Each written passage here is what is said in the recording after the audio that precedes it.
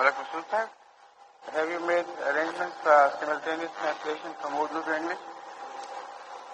What are the arrangements? Over there? Right. Have you announced it that those who don't understand Urdu, they can sit over there? Some, I see some cases here, you might think they don't have, that's a different thing, yes, but they know it.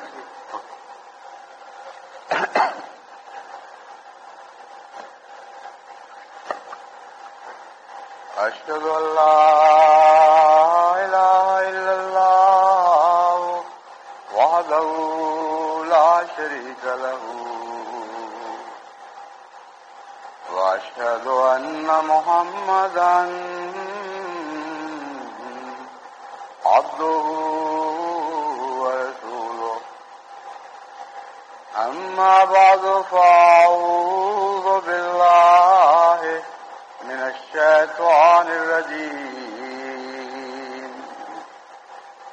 بسم الله الرحمن الرحيم الحمد لله رب العالمين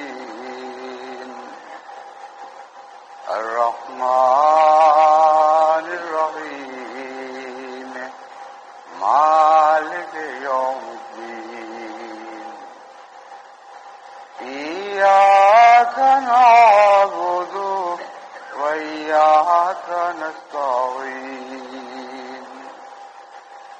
اهدنا الصراط المستقيم صراط الذين أنعمت عليهم غير المغضوب عليهم ولا الضالين.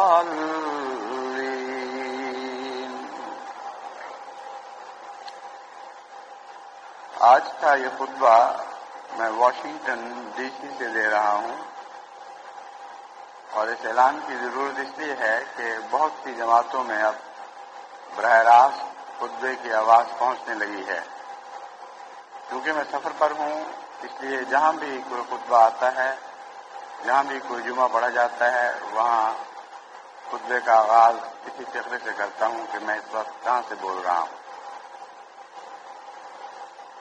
یہ سلسلہ مضامین جو جاری ہے اس کا تعلق پرانی دعاؤں سے ہے،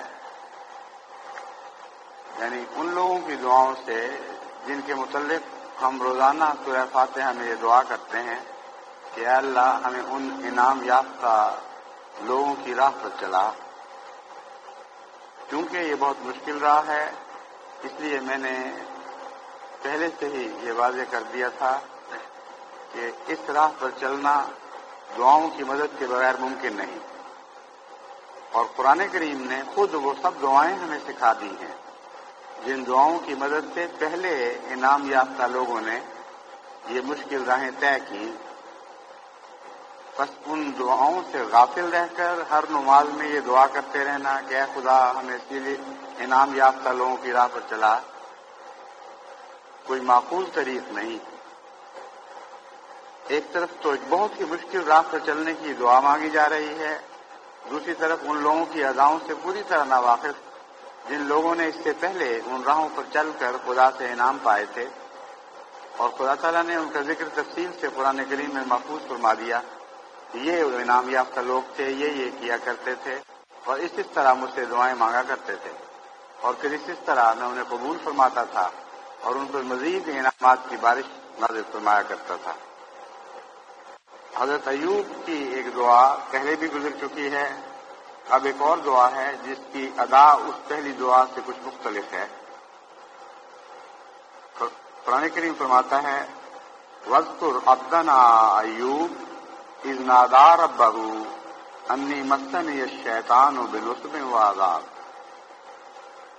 سورہ صاد آیت 42. فرمایا کہ میرے بندے ایوب کو بھی تو یاد کرو. اذ نادى ربه، جب اس نے بڑے درد سے اپنے رب کو پکارا اور یہ کہا کہ مجھے شیطان نے بہت ہی تکلیف اور عذاب میں مبتلا کر رکھا ہے۔ اس دعا کی ادا کچھ مختلف اس رنگ میں ہے کہ یہ دعا سے بڑھ کر شکایت کا رنگ رکھتی ہے۔ یہ نہیں کہا کہ اس لیے تو میری مدد فرما، اس لیے یہ کر یا وہ کر، بلکہ بے ساختہ درد کا اظہار ہے۔ جیسے بسا اوقات کوئی بچہ اپنی بیماری کا بتاتا ہے کہ میرا سر درد سے پھٹا جا رہا ہے، اور آگے کچھ نہیں کہتا۔ تو بعض دفعہ ان مانگی دعائیں جو محض درد کا اظہار ہوتی ہیں بہت گہرا اثر رکھتی ہیں۔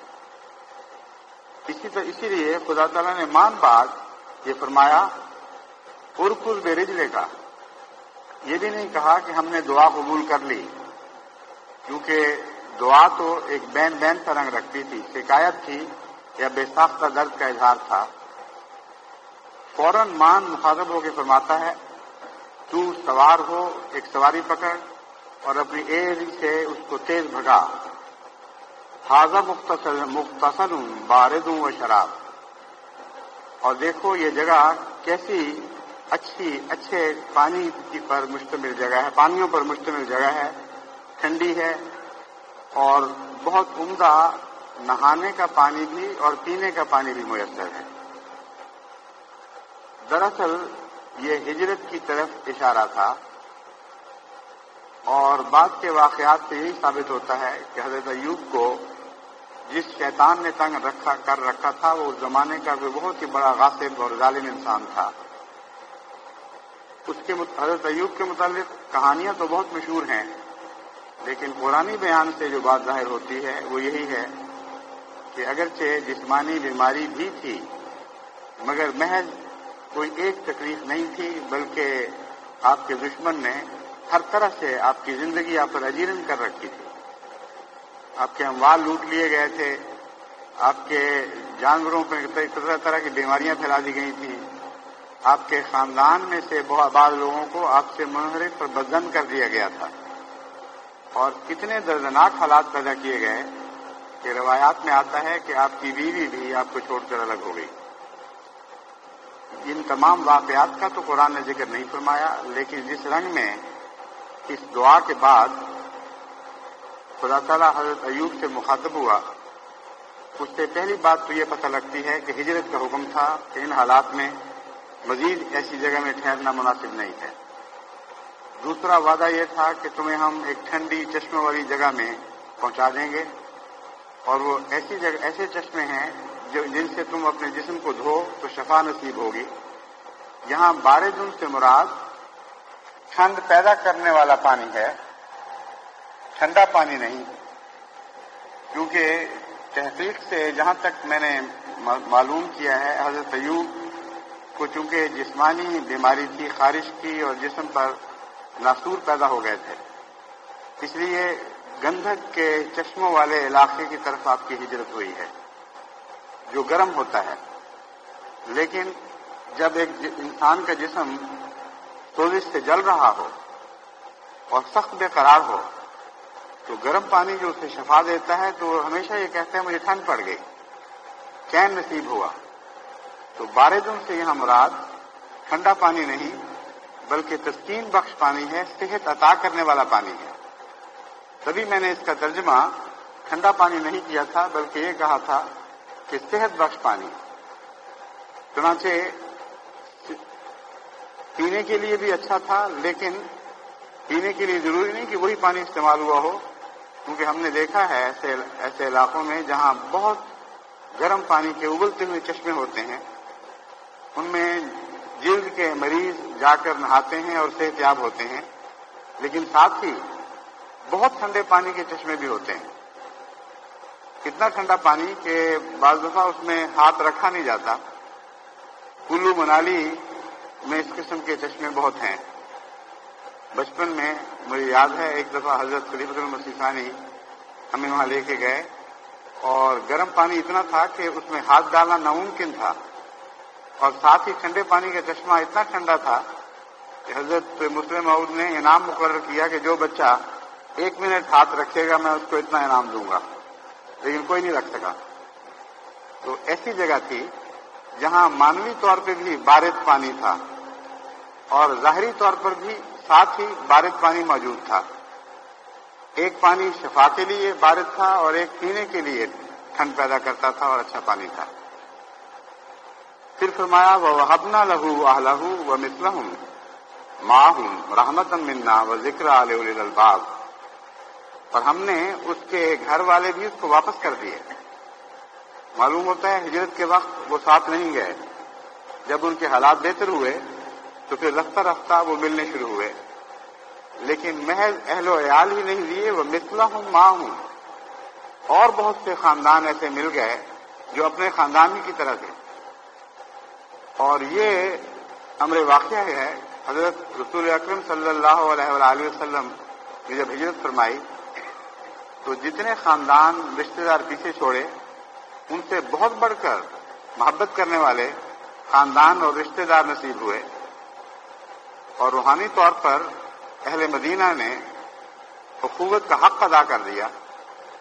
کبھی ہجرت کرنے والوں کو اپنے خاندانوں میں وہ سکون نہیں ملا، ایسی محبت ان سے نہیں کی گئی جیسے مدینہ کے انصار نے ان سے محبت کی. یہاں تک کہ بہت سے ان میں سے ایسے تھے جنہوں نے اپنی آدھی جائیداد آنے والے مہاجرین کو بانٹ دی. اور اتنا جذبہ تھا اپنا سب کچھ ادا کرنے کا کہ ایک دفعہ ایک صحابی حضرت رسول اکرم صلی اللہ علیہ وآلہ وسلم کی خدمت میں حاضر ہوئے اور عرض کیا کہ میں نے مال جائیداد ہر چیز تو تقسیم کر دی ہے، مگر بیویاں میری زائد ایک سے زائد ہیں. میں چاہتا ہوں اگر اجازت ہو تو آدھیوں کو طلاق دے دوں، اور یہ جو مہاجر آئے ہیں بعض ان میں سے اپنی بیویوں کو پیچھے چھوڑ آئے تھے، میں ان کے ساتھ ان کی شادی کرا دوں. حیرت انگیز جذبہ تھا. بس حضرت ایوب کے متعلق بھی معلوم ہوتا ہے وہاں کے جہاں ہجرت کی گئی وہاں کے لوگوں نے اسی طرح احسان کا سلوک کیا ہے اور اللہ تعالیٰ کے ارشاد کے مطابق ایسا ہوا. ورنہ یہ فقرہ عجیب سا لگتا ہے. وَوَهَبْنَا لَهُ أَهْلَهُ، یہ تو ٹھیک ہے ہم نے اس کے اہل اس کو واپس کر دیے، دوبارہ عطا فرما دیے. وَمِثْلَهُمْ مَعَهُمْ، اس جیسے اور بھی بہت سے. تو یہ ہجرت کا انعام تھا. اور میں نے بھی دیکھا ہے کہ پاکستان سے جب انگلستان آیا ہوں تو کثرت سے ایسے خاندان ہیں جو اس قدر محبت کا گہرا تعلق رکھتے ہیں کہ بالکل یوں معلوم ہوتا ہے کہ اپنے خاندان میں آ گئے ہیں. اور نہ صرف یہ کہ فرق نہیں لگتا بلکہ کئی پہلوؤں سے زیادہ محبت اور شفقت کا اظہار کرنے والے خاندان ہیں. تو جب میں یہ آیت پڑھتا ہوں ہمیشہ مجھے مدینہ کی بات بھی یاد آتی ہے اور اپنے اس سفر کے بعد اللہ کی رحمت بھی یاد آتی ہے. لیکن جو خاص نقطہ یہاں غور کے لائق ہے وہ یہ ہے کہ دعا بعض دفعہ بن مانگے محض درد کے اظہار کے نتیجے میں قبول ہوتی ہے.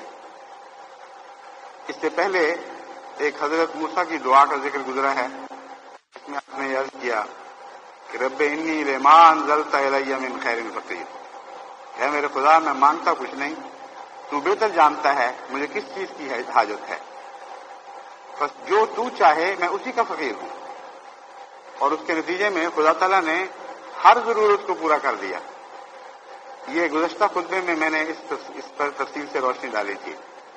اب یہ بھی ایک ملتی جلتی دعا کی ادا ہے کہ اظہار درد تو ہے لیکن طلب کوئی نہیں ہے. یہاں تک کہ اللہ تعالیٰ خود فرماتا ہے کہ ہاں ہم نے سن لیا، تو بہت دکھ میں ہے، بہت تو نے صبر کیا، اب تو یہ کام کر. صبر کیا، تو نے صبر کیا کہ لفظ یہاں تو نہیں آئے، لیکن اس دعا کے بعد خدا کے سلوک کا ذکر چلتے ہوئے اس بات پر بات ختم ہوتی ہے انا وجدناہ صابرا نعم العبد انہ اواب، کہ ہم نے اسے یعنی ایوب کو بہت ہی صبر کرنے والا پایا. نعم العبد، کیا ہی اچھا بندہ تھا.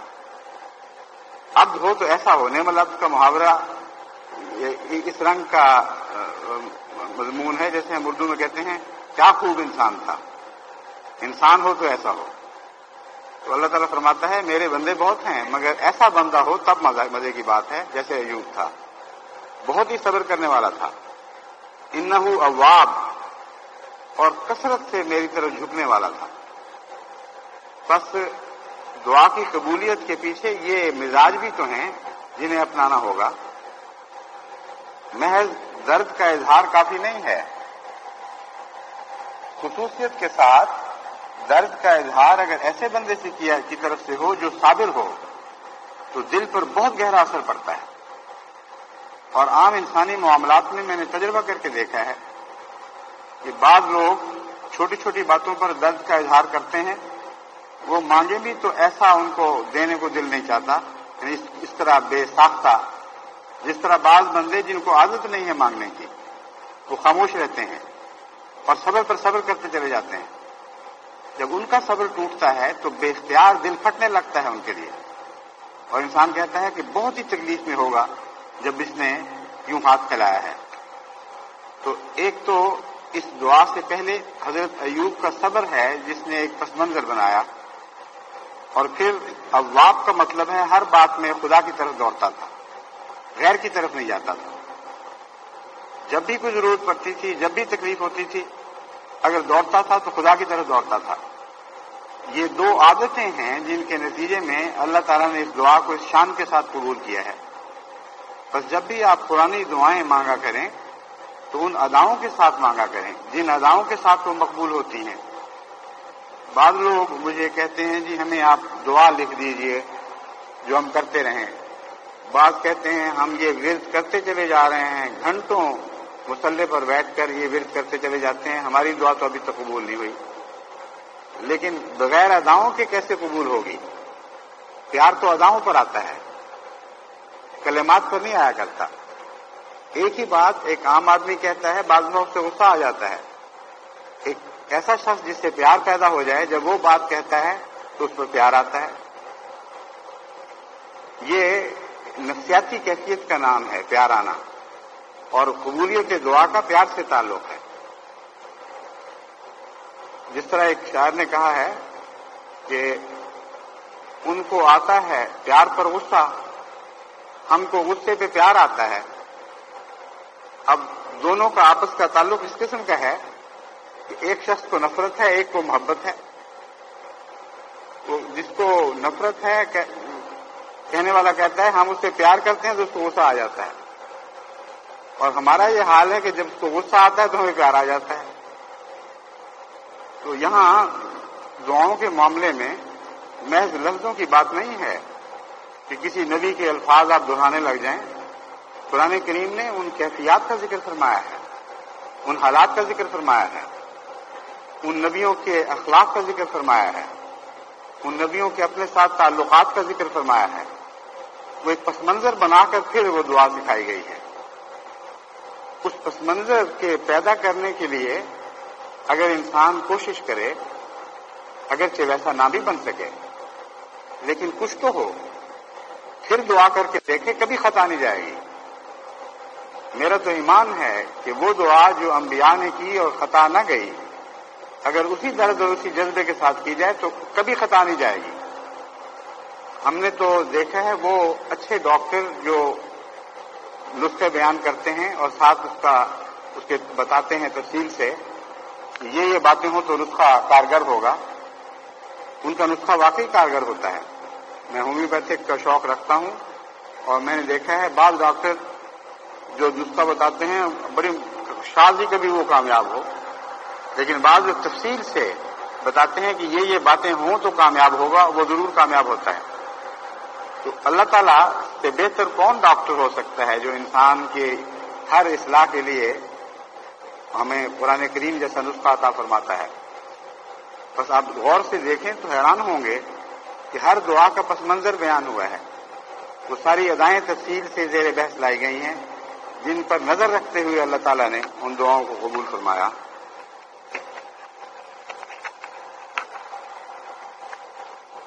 اب ایک دلچسپ دعا ایسی ہے جو بندے نہیں کر رہے بلکہ فرشتے کرتے ہیں. فرمایا الذین یحملون العرش ومن حولہ یسبحون بحمدہ ویسبحون بحمد ربہم ویؤمنون بہ ویستغفرون للذین آمنوا. کہ ہمارے بعض ایسے ملائک ہم نے پیدا کیے ہیں جو عرش کو سنبھالے ہوئے ہیں، ومن حولہ، اور جو کچھ بھی اس کے ارد گرد ہے، جو یسبحون بحمد ربہم، وہ خدا کی تسبیح اس کی حمد کے ساتھ کرتے ہیں، ویؤمنون بہ، وہ اس پر پوری طرح ایمان لاتے ہیں، ویستغفرون للذین آمنوا، اور جو لوگ بھی ایمان لائے ہیں ان کے لیے وہ استغفار کرتے رہتے ہیں۔ اس آیت کا اکثر مفسرین یہ ترجمہ کرتے ہیں کہ گویا نعوذ باللہ من ذالک عرش کوئی ایسا تخت ہے آسمان پر کہیں جس پر خدا بیٹھا ہوا ہے، اور اس کو کچھ فرشتے کندھوں پر اٹھائے ہوئے ہیں، اور یہ ان فرشتوں کی دعا ہے۔ یہ بالکل ایک جاہلانہ تصور ہے، اس کی کوئی حقیقت نہیں ہے۔ اللہ تعالیٰ تو ساری کائنات کو اٹھائے ہوئے ہے، اس کو اٹھانے والا کون ہے؟ اس لیے عرش سے مراد ہرگز وہ کسی قسم کا کوئی جسمانی عرش نہیں۔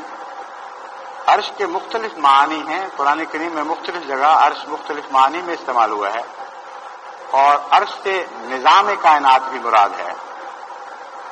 چنانچہ قرآن کریم میں اللہ تعالیٰ فرماتا ہے جب ہم نے زمین و آسمان کو پیدا کیا، اس کے بعد کیا ثم استویٰ، پھر اللہ تعالیٰ نے عرش پر استوا کیا۔ تو عرش سے مراد وہ ساری کائنات تھی اور اس کا نظام تھا جس کو خدا نے پیدا کیا اور پھر اس کو سنبھال لیا، اس کا انتظام چلایا۔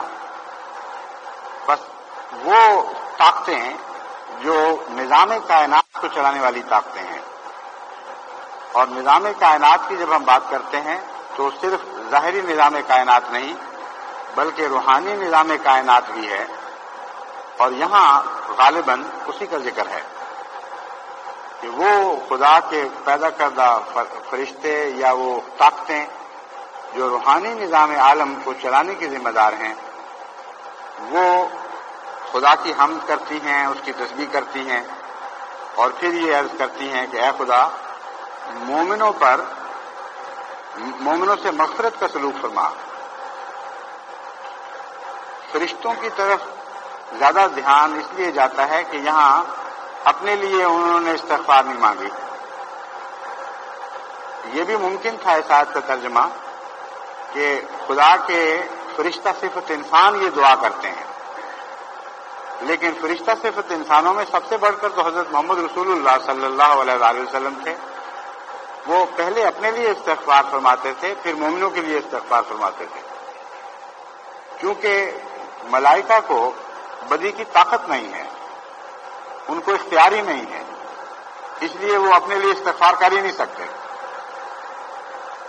وہ ان کے لیے بے اختیاری کی بات ہے۔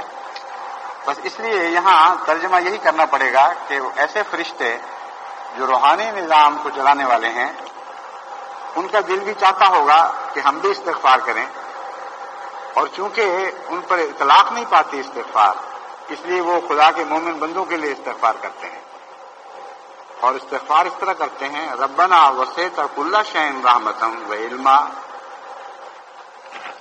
اے ہمارے رب، وسعت کل شیء رحمۃ و علما، تو نے اپنے علم اور رحمت کے ذریعے ہر چیز پر احاطہ کر لیا ہے، تیرا علم بھی ہر چیز پر حاوی ہے اور تیری رحمت بھی ہر چیز پر حاوی ہے۔ فاغفر للذین تابوا، بس ان لوگوں کے لیے مغفرت کا سلوک فرما جو توبہ کرتے ہیں، واتبعوا سبیلک، اور جو تیری رستے پر چلتے ہیں، وقہم عذاب الجحیم، اور ان کو آگ کے عذاب سے بچا۔ ربنا وادخلهم جنات عدن التي وعدتهم ومن صلح من آبائهم وازواجهم وذرياتهم انك انت العزيز الحكيم، اے ہمارے رب، ان کو ہمیشگی کی جنتوں میں داخل فرما دے، وہ جنتیں جن کا تو نے ان سے وعدہ کر رکھا ہے، اور ان کو بھی جو ان کے آباء و اجداد میں سے اچھے لوگ تھے، وذریاتہم، اور ان کی اولادوں کو بھی، انک انت العزیز الحکیم، یقیناً تو غالب علم رکھنے والا اور صاحب حکمت ہے. وقیم السیئات، اور ان کو بدیوں سے بچا. ومن تق السیئات یومئذ فقد رحمتا، آج اگر تو کسی کو بدیوں سے بچا دے تو نے اس کو بہت رحم فرمایا. وذالک هو الغفور العظیم، اور یہ خدائی ہے جو بہت ہی مغفرت کرنے والا اور بہت ہی عظیم ہے. ان آیات میں دو باتیں ایسی ہیں جو میں خاص طور پر آپ کے سامنے رکھنا چاہتا ہوں.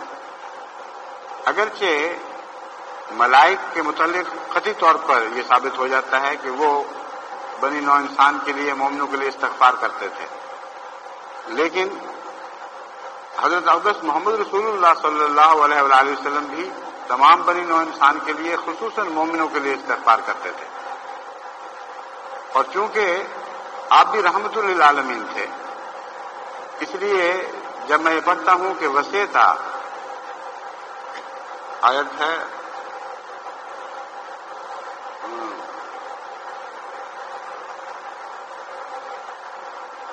ربنا وسعت کل شیء رحمتا و علما، اے ہمارے رب تو ہر چیز پر اپنی رحمت کے ذریعے عام ہو گیا ہے. تو وہ پہلا نبی جس کے ذریعے اللہ تعالیٰ کی رحمت تمام بنی نوع انسان کے لیے عام کی گئی، وہ حضرت محمد مصطفیٰ صلی اللہ علیہ وآلہ وسلم تھے. اس لیے میں سمجھتا ہوں کہ حضور صلی اللہ علیہ وآلہ وسلم کے استغفار کا بھی اس میں ذکر ہے، اور آپ کی رحمت جو تمام بنی نوع انسان پر پہنچی ہے وہ آپ کی دعاؤں کے ذریعے زیادہ پہنچی ہے. کیونکہ براہ راست آپ کا تعلیم کے ذریعے سے فیض تو عام نہیں ہوا. علما میں تعلیم کا ذکر ہے اور رحمہ میں آپ کی برکتوں کا ذکر ہے. بس ایک ہی نبی جس کی تعلیم بھی تمام بنی نوع انسان کے لیے عام تھی اور جس کی رحمت بھی عام تھی، وہ حضرت محمد رسول اللہ تھے. اگرچہ تعلیم تو سب جگہ نہیں پہنچ سکی اور آج بھی نہیں پہنچ سکی. آج بھی جس ملک میں ہم بیٹھے ہوئے ہیں، اس ملک کے اکثر باشندے حضرت محمد رسول اللہ صلی اللہ علیہ وسلم کی اس تعلیم سے غافل ہیں جو تمام بنی نوع انسان کے لیے تھی.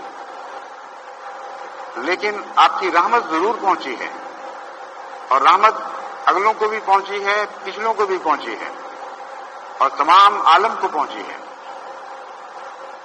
اس مضمون کو سمجھنے کے لیے آپ کو یہ بات یاد رکھنی چاہیے کہ یہ ہماری طرف سے محض دعویٰ نہیں ہے بلکہ ایک حقیقت ہے.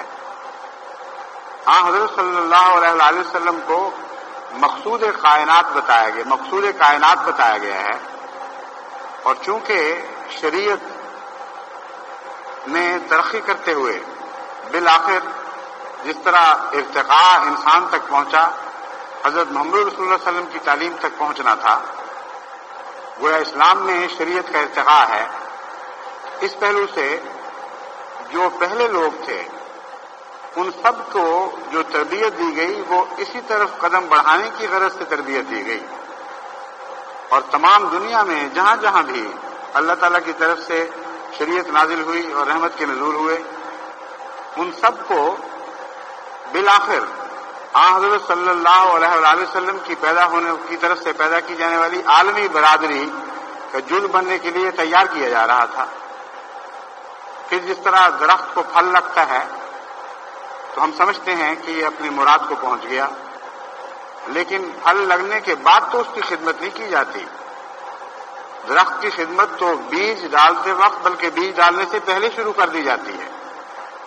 جب آپ مٹی کھودتے ہیں، اس کو نرم کرتے ہیں، جب آپ کھاد کا انتظام کرتے ہیں اور پانی کا انتظام کرتے ہیں، ابھی بیج بویا بھی نہیں تو یہ سب انتظام شروع ہیں.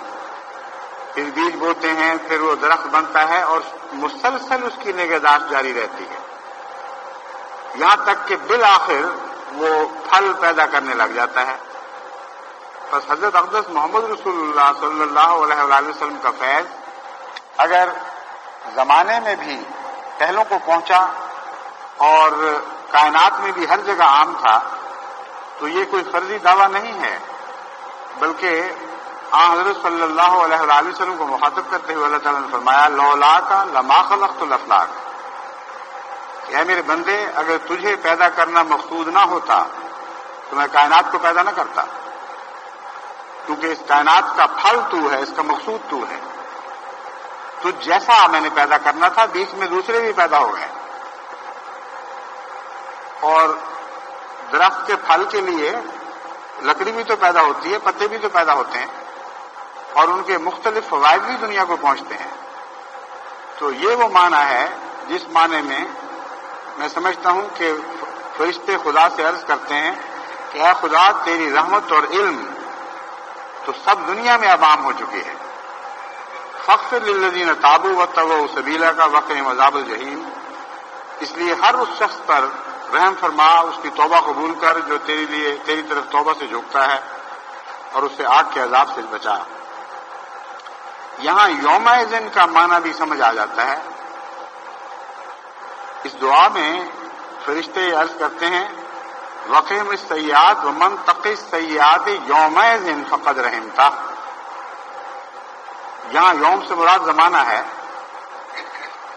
عام طور پر تو عقل میں یہی بات آنی چاہیے کہ جس زمانے میں بھی خدا کسی پر رحم کرے وہ اس نے کسی کو بخش دے، بہت اس نے رحم کیا. یوم دن سے کیا مراد ہے؟ فرشتے یوں کو کہتے ہیں آج جس کو تو بخش دے وہ مراد کو پہنچ گیا. مراد یہ ہے کہ جو زمانہ محمد مصطفیٰ صلی اللہ علیہ وآلہ وسلم میں بخشا جائے اس کی کیا ہی شان ہے. یہ وہ زمانہ ہے جو خدا سے رحمت طلب کرنے والا اور خدا کی طرف توبہ کے ساتھ رجوع کرنے کا زمانہ ہے.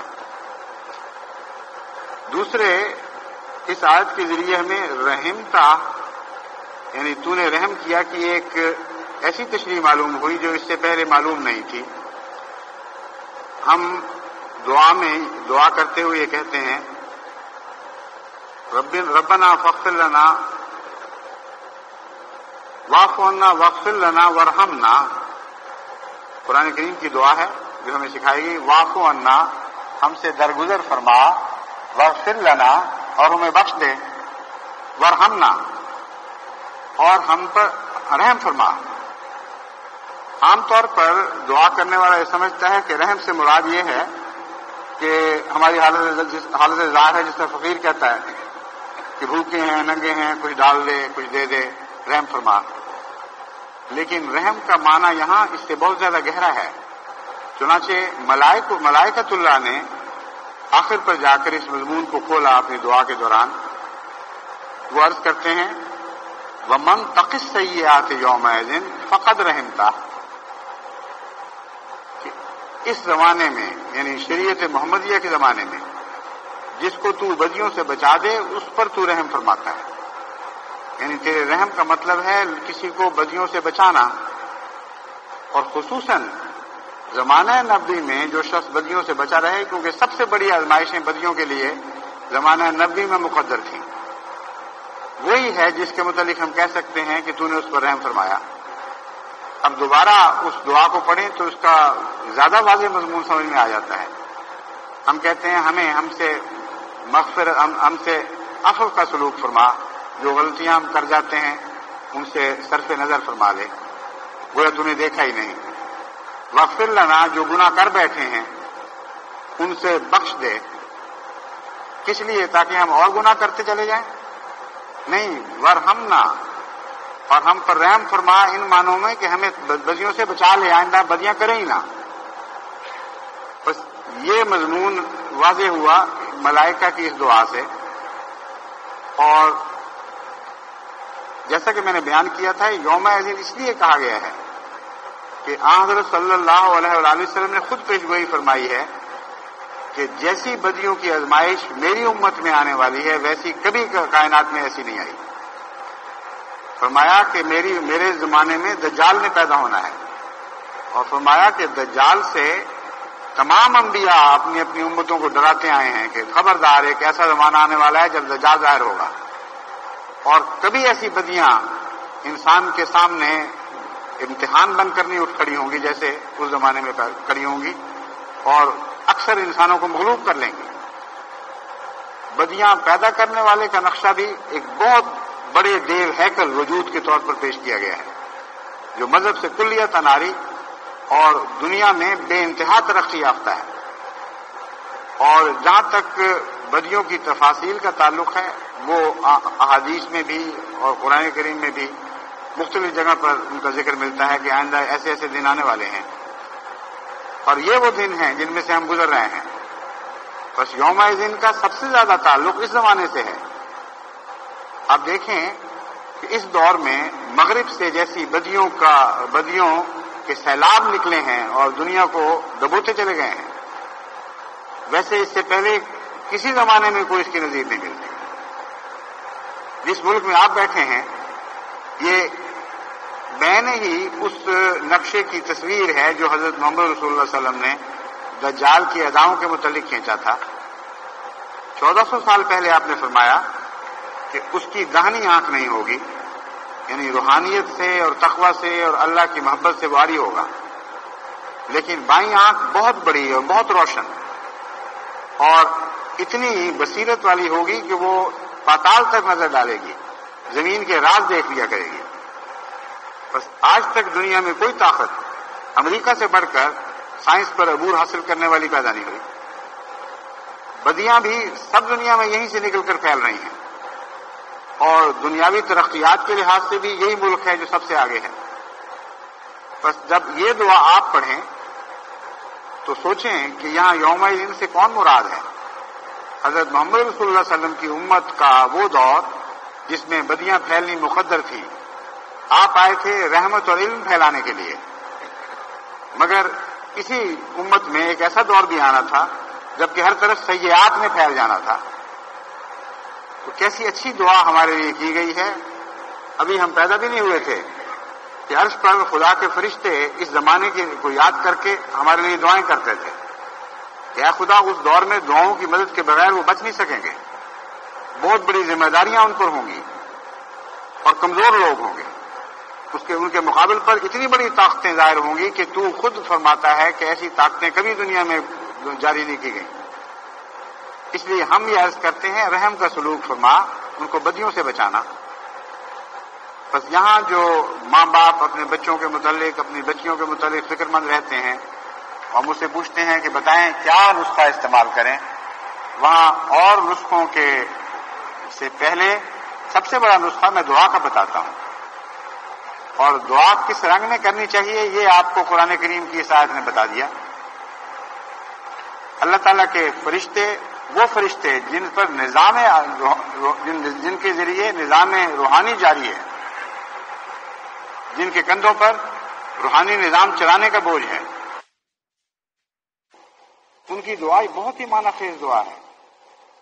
گہری نظر رکھتے ہوئے انہوں نے دعا کی ہے.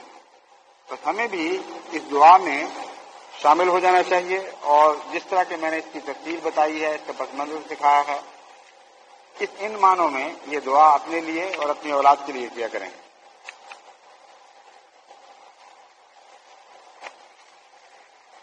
ایک اور دعا ہے جو اللہ تعالیٰ نے خود حضور صلی اللہ علیہ وآلہ وسلم اور آپ کے صحابہ کو سکھائی.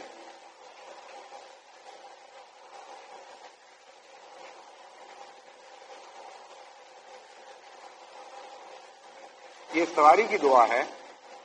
وَإِذَا اسْتَوَيْتُمْ عَلَيْهِ وَتَقُولُوا سُبْحَانَ الَّذِي سَخَّرَ لَنَا هَٰذَا وَمَا كُنَّا لَهُ مُقْرِنِينَ وَإِنَّا إِلَىٰ رَبِّنَا لَمُنْقَلِبُونَ. کہ وہ لوگ جب سوار ہوتے ہیں تو سوار ہونے سے پہلے خدا سے یہ دعا مانگتے ہیں، یا نہیں سوار ہونے پر وَإِذَا اسْتَوَيْتُمْ عَلَيْهِ فرمایا جب تم سواریوں پر چڑھ جایا کرو اور قرار پکڑ لیا کرو، تب یہ کہا کرو وَتَقُولُوا سُبْحَانَ الَّذِي سَخَّرَ لَنَا هَٰذَا، پاک ہے وہ ذات جس نے اس سواری کو ہمارے لیے مسخر فرما دیا. وَمَا كُنَّا لَهُ مُقْرِنِينَ، ہم تو اس لائق نہیں تھے کہ اس سواری کو اپنے تابع کر سکیں. مقرنین کا مطلب ہے لگام ڈال سکیں، مسخر کرنا. جیسے کسی چیز کو ہمیشہ کے لیے دائمی طور پر اپنا غلام بنا لیا جائے اور اپنے مقاصد کے لیے استعمال کیا جائے، اور وہ چیز مجال نہ رکھتی ہو کہ مالک کی مرضی کے خلاف کوئی بات کر سکے. یہ مضمون ہے جو تسخیر کے تابع ہے. اور اسی کو آگے بڑھاتے ہوئے فرمایا وما كنا له مقرنین، ہم ہرگز طاقت نہیں رکھتے تھے کہ اسے اپنے تابع فرمان کر سکتے. وَإِنَّا إِلَىٰ رَبِّنَا لَمُنقَلِبُونَ، اور یقیناً ہم اپنے ربی کی طرف لوٹ کر جانے والے ہیں. یہ دعا بھی اس زمانے کے ساتھ خصوصیت سے تعلق رکھتی ہے، کیونکہ پہلی سواریاں جو انسان کے لیے بنائی گئی تھیں، یعنی جانور، ان میں اور موجودہ سواریوں میں بہت بڑا فرق پڑ چکا ہے. یہ سواریاں غیر معمولی طور پر طاقتور ہیں، اور ان کا تعلق بھی اسی دجال سے ہے جس کے متعلق میں ابھی دعا پڑھ چکا ہوں. اس لیے گو یہ تو نہیں کہا جا سکتا کہ آگے پیچھے تھی دعائیں، یہ اسی لیے رکھی گئی کہ اسی زمانے کی دعائیں ہیں، کیونکہ صورت الگ الگ ہے. لیکن خواہ کوئی اسے حسن اتفاق سمجھے، خواہ اللہ تعالیٰ کی طرف سے ایک خاص تقدیر سمجھے، امر واقع یہی ہے کہ جہاں پہلی دعا کا ذکر ہے اور آخری زمانے کی بدیوں کا ذکر ہے، وہاں اس کے مان بعد جو دوسری دعا ہمیں قرآن کریم میں ملتی ہے وہ یہی دعا ہے. اس لیے میرا رجحان اسی طرف ہے کہ یہاں موجودہ زمانے کی سواریاں خصوصیت سے پیش نظر ہیں، اور اللہ تعالیٰ ہمیں سکھاتا ہے کہ جب ان سواریوں پر بیٹھا کرو تو یہ دعا کیا کرو کہ بظاہر ہم یہ سمجھتے ہیں کہ ہم نے قابو کر لی ہیں، لیکن امر واقعہ یہ ہے کہ تیرے ہی قابو ہیں. اگر تیرا قانون قدرت ساتھ نہ دے تو یہ سواریاں ہرگز ہمارے قابو نہیں آ سکتی. اور واقعہ یہی ہے کہ موجودہ دور میں جب بھی سائنسدانوں نے تکبر کیے ہیں، اور خصوصاً سواریوں کے معاملے میں، تو ہمیشہ ان کو منہ کی کھانی پڑی ہے. ہندوستان میں ایک بہت بڑا جہاز بنایا گیا، اتنا شاندار کہ کہتے تھے کہ کبھی ایسا جہاز نہ بنا، شاید نہ آئندہ بھی نہ بن سکے. اور بہت ہی فخر تھا ہندوستان کو کہ ایسا مسافر جہاز جو ہندوستان سے امریکہ تک سفر کرے گا، پہلے کبھی اس کا تصور نہیں تھا. ہر قسم کی سہولت تھی، ہر قسم کے خطرات سے بچنے کا انتظام تھا، اور بڑے شان اور تکبر کے ساتھ انہوں نے روانہ کیا. اور وہ اپنی ابتدائی تجرباتی فلائٹ تو نہیں، سمندر میں اپنے پہلے تجرباتی سفر میں غرق ہو گیا،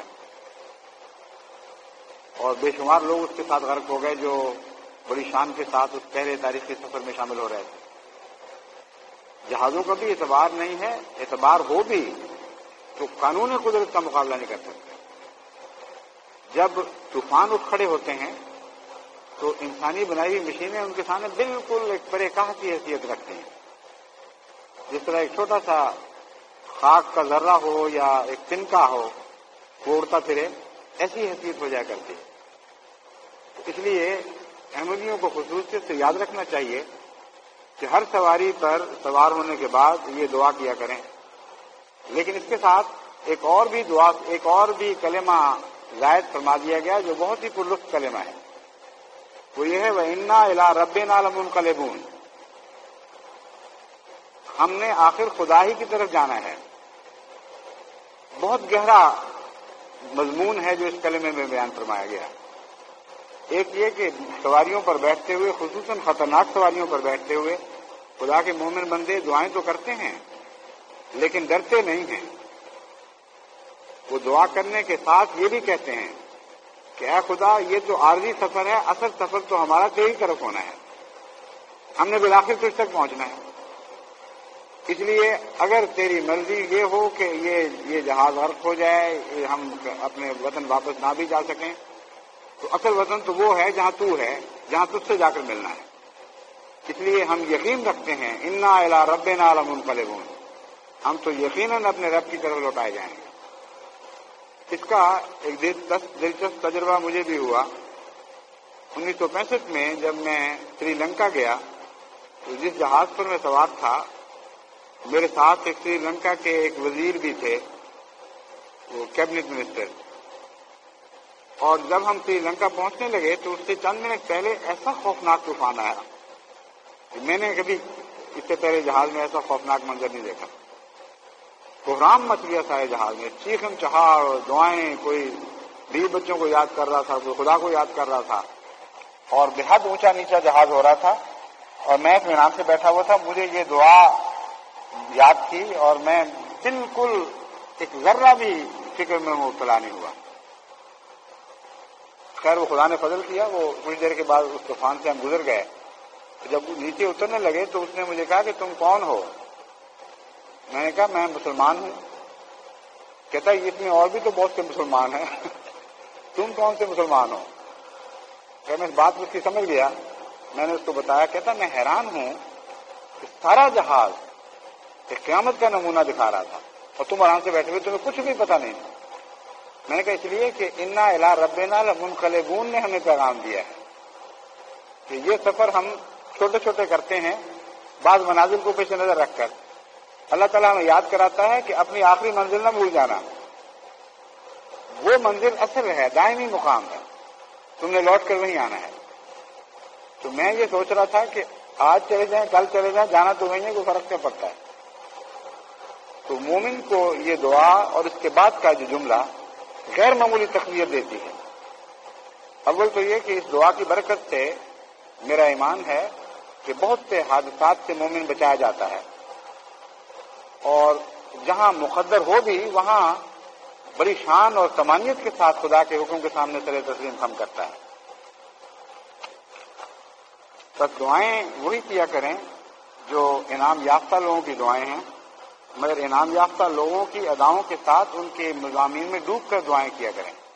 یہ دعا چونکہ حضرت محمد رسول اللہ صلی اللہ علیہ وسلم کو سکھائی گئی تھی، اس لیے ساتھ ہی اس کے گہرے مطالب بھی بتا دیے گئے جن کو آپ سے بہتر اور کوئی نہیں سمجھ سکتا تھا کہ تو اور تیرے ساتھی یہ دعائیں تو کرو گے لیکن ہمیشہ یہ یاد رکھتے ہوئے کہ بالآخر خدا ہی کی طرف لوٹنا ہے.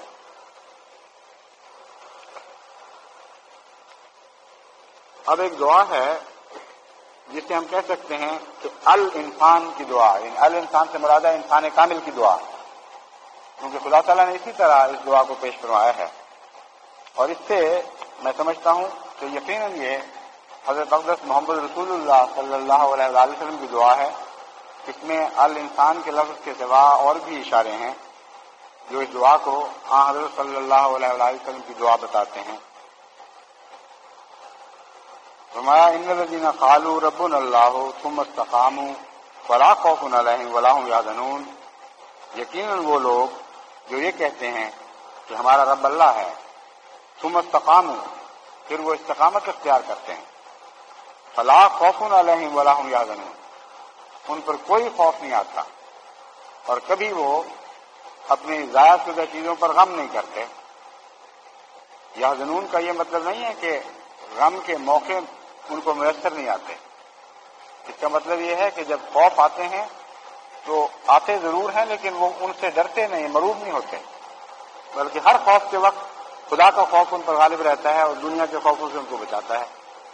پھر کچھ نہ کچھ نقصان بھی پہنچتا ہے جیسا کہ قرآن کریم میں دوسری جگہ بیان فرمایا گیا، لیکن ان نقصانوں کے نتیجے میں غم میں مبتلا نہیں ہوتے.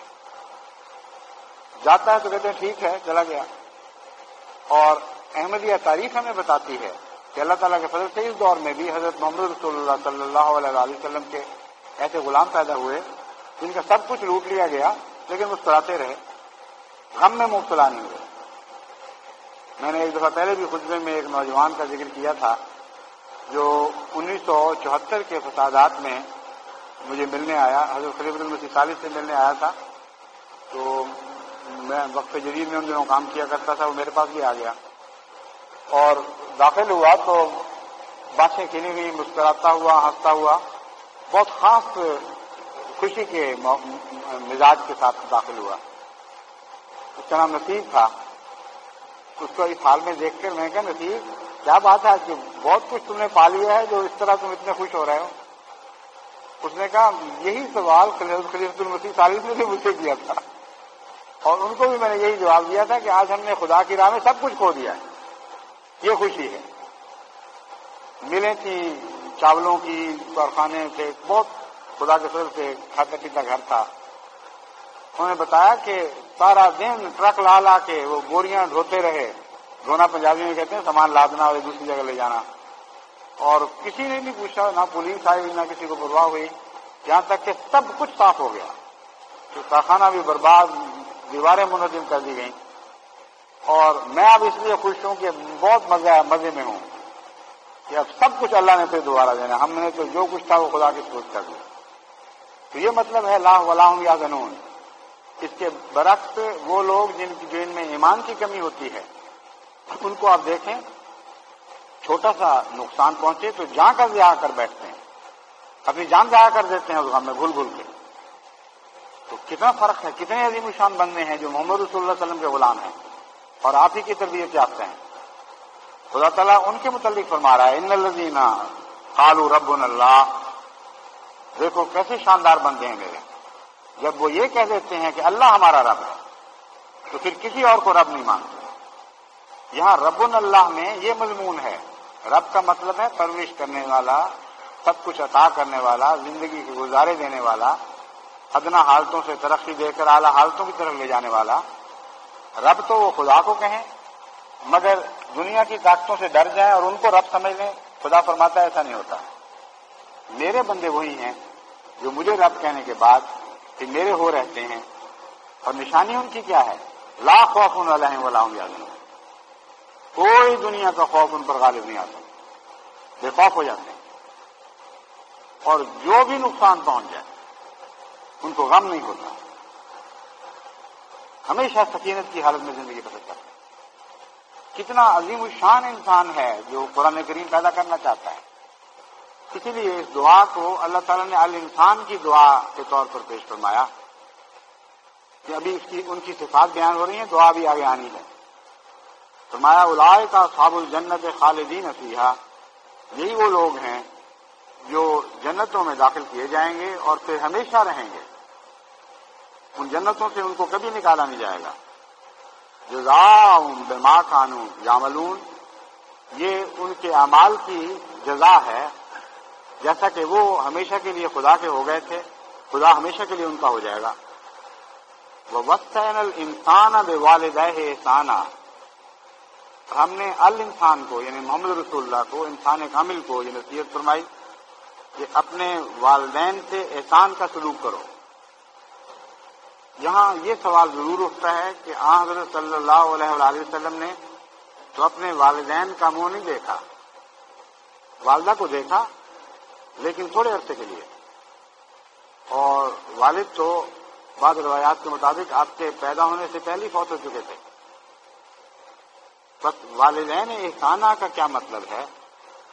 یہاں دراصل حضرت صلی اللہ علیہ وآلہ وسلم کو جو نصیحت ہے وہ تمام بنی نوع انسان کو نصیحت ہے، کیونکہ انسان کامل کو جو نصیحت کی جائے اس میں تمام ادنا انسان شامل ہو جاتے ہیں، اور یہی وجہ ہے کہ مزید کسی تمہید ماننے کی ضرورت نہیں پڑی۔ فرمایا ہم نے انسان کامل سے یہ کہا تھا کہ یاد رکھو ہمیشہ والدین سے احسان کا سلوک کرنا۔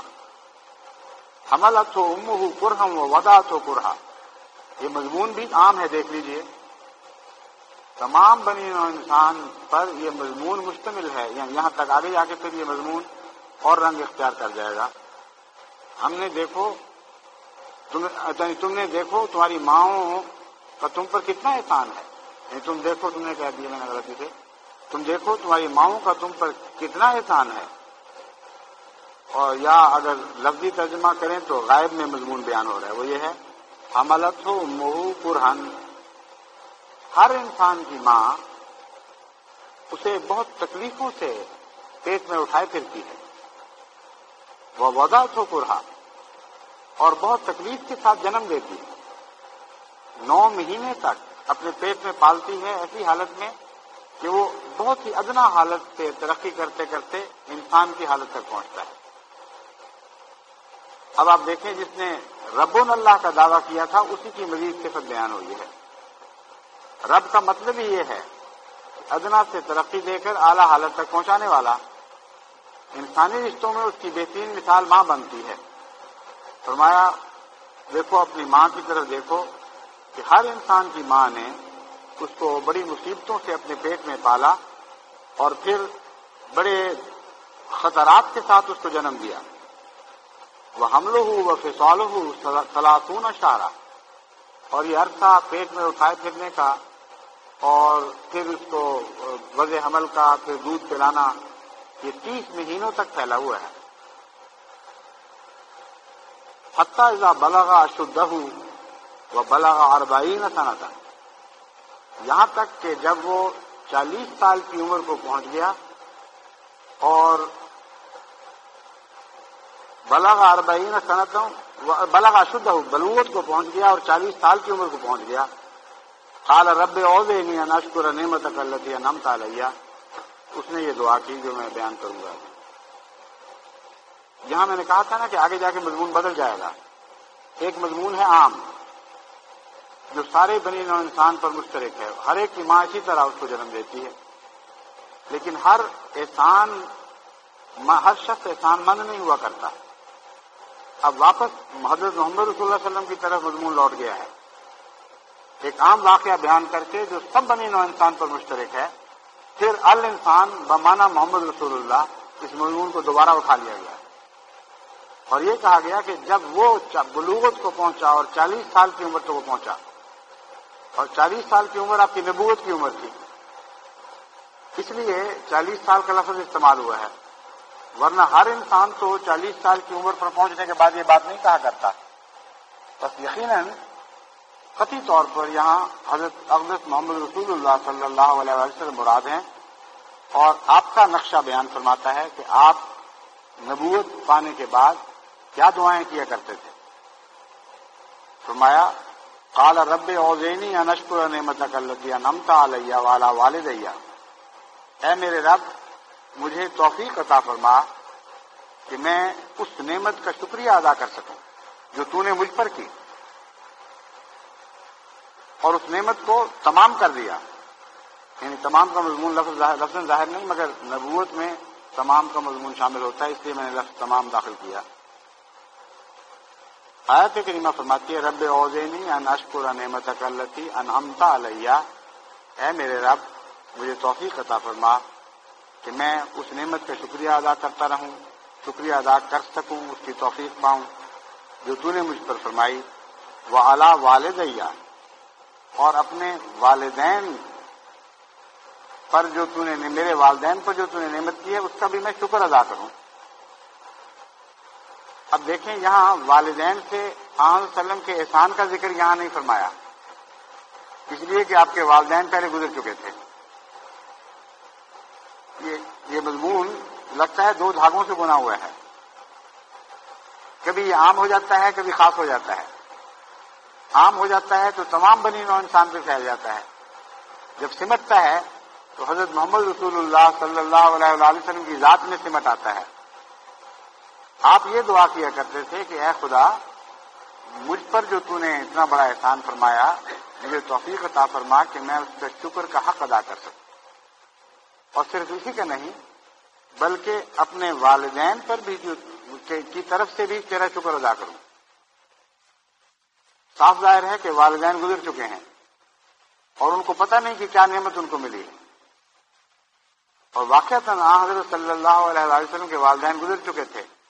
ان کو کیا پتا تھا کہ ان کی صلب سے دنیا کا سب سے بڑا انسان پیدا ہونے والا ہے، اور وہ ایسے اعلیٰ مدارج تک پہنچے گا کہ کبھی کسی انسان کے تصور میں بھی یہ نہیں آ سکتا تھا کہ کوئی شخص خدا کے اتنا قریب ہو جائے گا.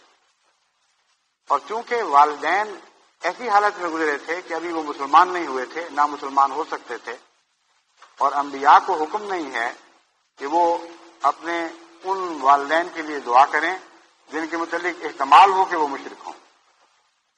اس لیے حضرت صلی اللہ علیہ وسلم نے دعا نہیں کی، بلکہ یہ عرض کیا ہے کہ اے خدا ان پر بھی تو نے بہت بڑا انعام کیا ہے، اتنا بڑا انعام کہ مجھے ان کے گھر پیدا کر دیا،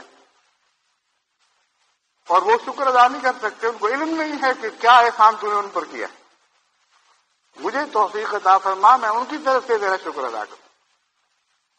میں سمجھتا ہوں کہ ان کی مغفرت کے لیے دعا کرنے کا اس سے اعلیٰ طریق ہو ہی نہیں سکتا تھا، اور ان معنوں میں احسان کا بدلہ بھی آپ اتار گئے. مضمون دیکھیں کس طرح اٹھایا گیا ہے، احسان، والدین کے احسان کو یاد کرو. والدین کو احسان کو یاد کر کے حضرت صلی اللہ علیہ وسلم فرماتے ہیں اے خدا ان کی طرف سے مجھے شکر کی توفیق عطا فرما.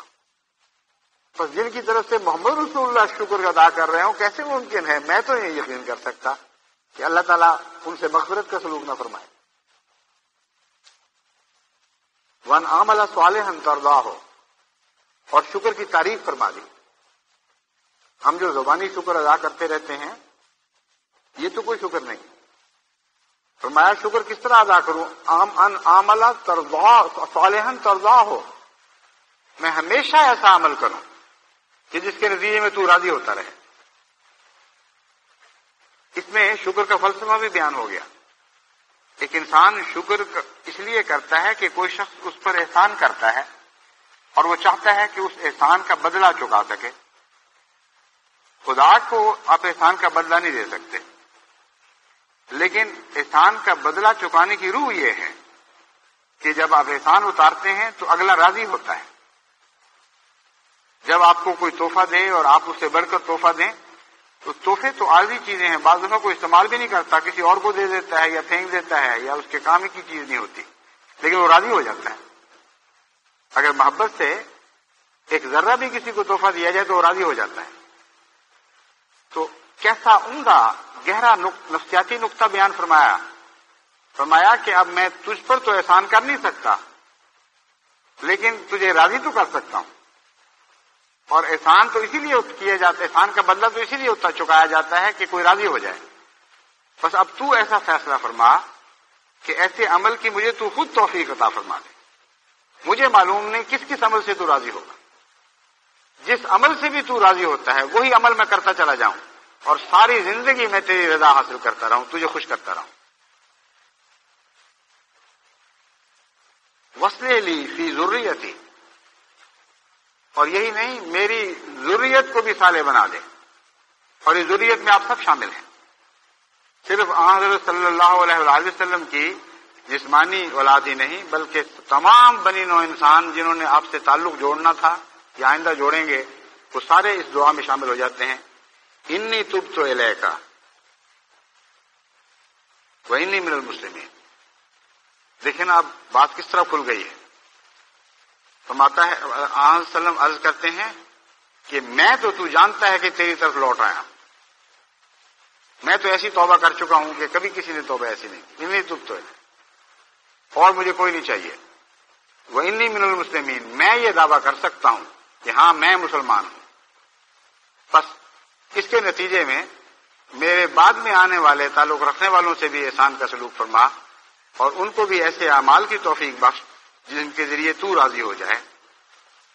بس اسی دعا پر میں آج کا خطبہ ختم کرتا ہوں.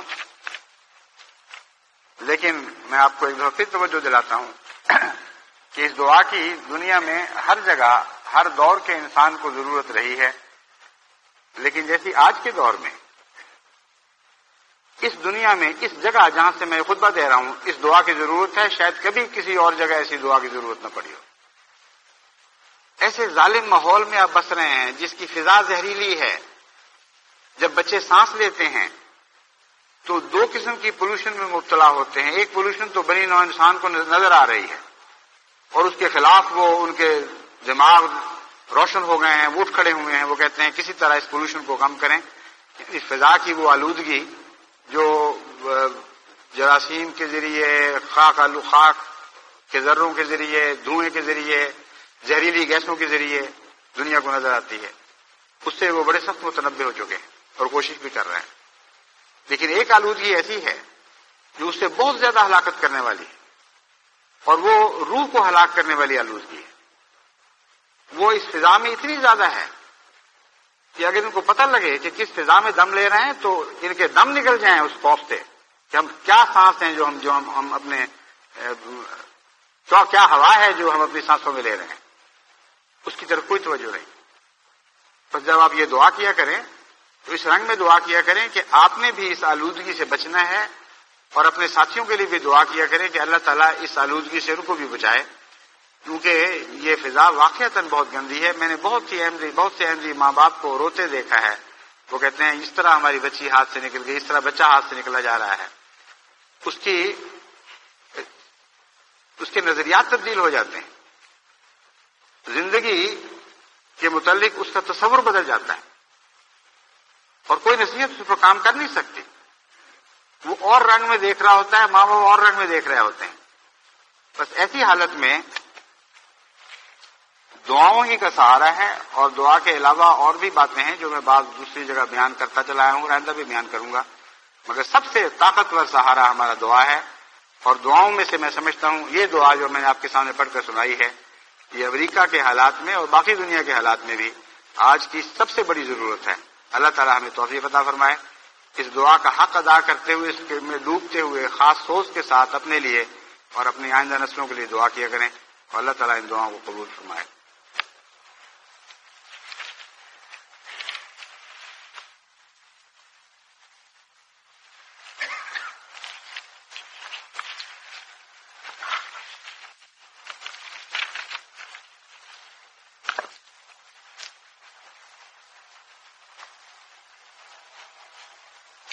الحمد لله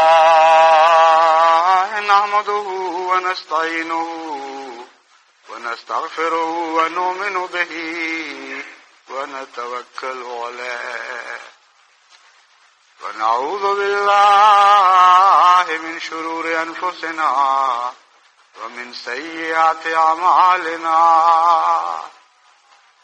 من يهده الله فلا مضل له ومن يضلله فلا هادي له ونشهد أن لا إله إلا الله وحده لا شريك له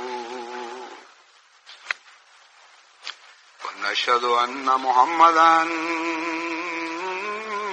عبده ورسوله. عباد الله رحمكم الله إن الله يأمر بالعدل والإحسان وإيتاء ذي القربى وينهى عن الفحشاء والمنكر والبغي يعظكم لعلكم تذكرون. اذكروا الله يذكركم وادعوه يستجب لكم ولذكر الله أكبر.